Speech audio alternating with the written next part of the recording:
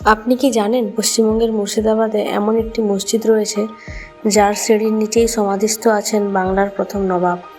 আর কেন তিনি নিজের কবর সিঁড়ির নিচে রাখতে বলেছিলেন, আজকের ভিডিওতে জানাবো কাটরা মসজিদের অজানা ইতিহাস। কাটরা মসজিদ পশ্চিমবঙ্গের মুর্শিদাবাদ শহরে হাজারদুয়ারি প্রাসাদ থেকে প্রায় 3 কিলোমিটার দূরে অবস্থিত। বর্তমানে এটি ভারতের অন্যতম গুরুত্বপূর্ণ সংরক্ষিত ঐতিহাসিক স্থাপনা। কাটরা মসজিদ নির্মাণের ইতিহাস আরও গুরুত্বপূর্ণ। কাটরা মসজিদ নির্মাণ শুরু হয় 1723 সালে এবং শেষ হয় 1724 সালে। এর নির্মাতা ছিলেন বাংলার প্রথম নবাব মুর্শিদ কুলি খান।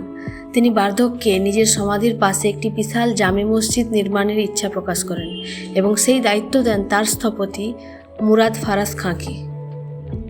কেন এর নাম কাটরা? কাটরা শব্দের অর্থ বাজার বা সরাইখানা। এই মসজিদের চারিদিকে 2 তলা কক্ষ ছিল, যেখানে ব্যবসায়ী, ভ্রমণকারী এবং কোরআন অধ্যয়নকারী ছাত্ররা থাকতেন। ফলে এটি শুধু মসজিদ নয়, একটি শিক্ষা ও বাণিজ্য কেন্দ্র হিসাবে ব্যবহৃত হতো। একসময় এখানে প্রায় 700 জন শিক্ষার্থী অবস্থান করতে পারতেন। এই স্থাপত্যের বৈশিষ্ট্য হলো একটি বিশাল চতুষ্কোণ প্রাঙ্গণ। মূল মসজিদ ছিল 5টি গম্বুজ। নবাবের কবর সিঁড়ির নিচে কেন? কাটরা মসজিদের সবচেয়ে বিস্ময়কর বিষয় হলো মুর্শিদ কুলি খানের কবর মসজিদের প্রবেশের সিঁড়ির নিচে। কথিত আছে, জীবনের শেষ দিকে তিনি নিজের কাজের জন্য বিনয় ও অনুশোচনার প্রতীক হিসাবে এমন জায়গায় সমাধিস্থ হতে চেয়েছেন যাতে মসজিদে প্রবেশকারী মানুষের পদধূলি তার কবরের ওপর পড়ে।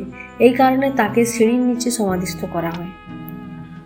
1897 সালের ভূমিকম্পে কাটরা মসজিদের বড় ক্ষতি হয়। বেশ কয়েকটি গম্বুজ ও 2টি মিনার ভেঙে যায়। আজও সেই ক্ষতির চিহ্ন স্থানটিতে দেখা যায়।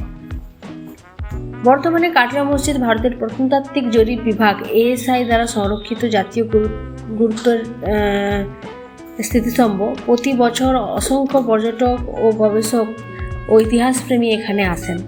কাটরা মসজিদ শুধু একটি ধর্মীয় স্থাপনা নয়, এটি বাংলার নবাবী ইতিহাস, স্থাপত্য শিল্প এবং সংস্কৃতির এক অমূল্য নিদর্শন। আপনি যদি কখনো মুর্শিদাবাদ ভ্রমণে যান, তাহলে অবশ্যই এই ঐতিহাসিক স্থাপনাটি ঘুরে দেখবেন। ভিডিওটি ভালো লাগলে লাইক করুন, শেয়ার করুন এবং ইতিহাস ভিত্তিক আরও ভিডিও পেতে নিশারাজ এপিক মিক্স চ্যানেলটিতে সবাই সাবস্ক্রাইব করতে ভুলবেন না।